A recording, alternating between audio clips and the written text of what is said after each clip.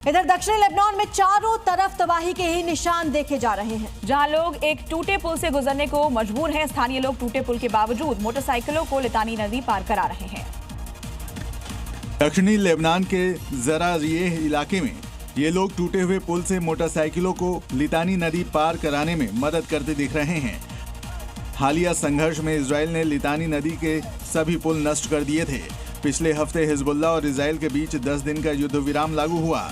20 अप्रैल को इजरायली सेना के प्रवक्ता ने नागरिकों को चेतावनी दी कि वो लितानी नदी के दक्षिणी इलाके में न जाएं, क्योंकि सेना अभी भी तैनात है।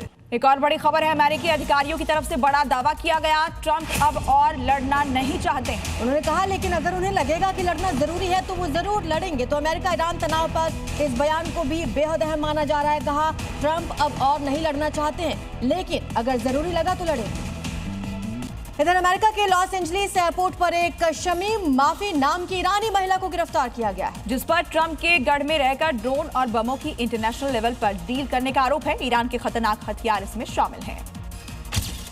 तस्वीरों में नजर आ रही शमीम माफी काफी ग्लैमरस है। अमेरिका में आलीशान जिंदगी जी रही थी, लग्जरी शौक रखती थी, लेकिन अब अमेरिका में सलाखों के पीछे पहुंच गई है, क्योंकि ये कोई मामूली लड़की नहीं है, बल्कि इंटरनेशनल लेवल की हथियार तस्कर है, जिसका नाम है शमीम माफी, जो ट्रंप की नाक के नीचे बड़ा खेल खेल रही थी।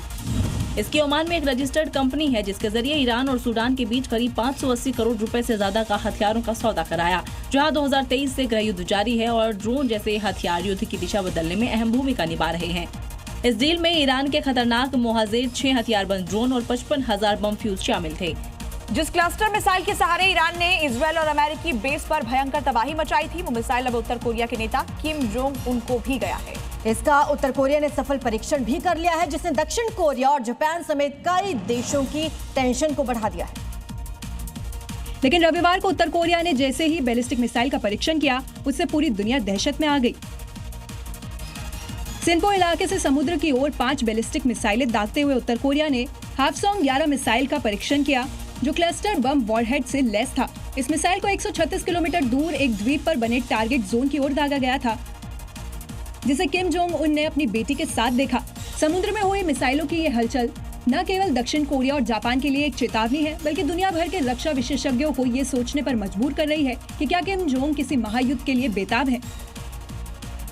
और अब दिखाते हैं आपको अलग अलग राज्यों की 5 बड़ी खबरें।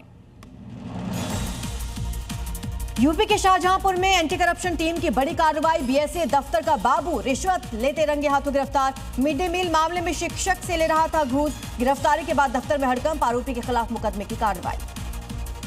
सिद्धार्थनगर में दर्दनाक हादसा, मेडिकल कॉलेज के 2 छात्रों की नदी में डूबने से मौत। नहाने के दौरान गहरे पानी में जाने से हादसा हुआ। पुलिस ने शव को बरामद कर कार्रवाई शुरू की। परिसर में मातम का माहौल। बागेश्वर के कपकोट में बड़ा सड़क हादसा, बारातियों से भरी एक गाड़ी अनियंत्रित होकर दुर्घटनाग्रस्त हो गई। हादसे में 8 से 10 लोग घायल हुए हैं। पुलिस, एसडीआरएफ, एम्बुलेंस मौके पर, राहत बचाव कार्य जारी। शिरडी के डीमार्ट स्टोर में कर्मचारी के धर्मांतरण को लेकर विवाद। अश्विन नाम के युवक को मुस्तफा बनाने का आरोप। मुस्लिम कर्मचारी सोहेल मनियर पर आरोप लगा है। मामला सामने आने के बाद हिंदू संगठनों में नाराजगी देखी गई। पुलिस जांच में जुट गई है। अब तक हालांकि एफआईआर दर्ज नहीं की गई। दिल्ली के पांडव नगर में मोमोज खाने से 1 दर्जन से ज्यादा बच्चे बीमार हो गए। एक की हालत गंभीर है, आईसीयू में भर्ती है। फास्ट फूड शॉप में गंदगी, सड़ा खाना मिलने पर निगम ने कार्रवाई की, दुकान का चालान काटा गया।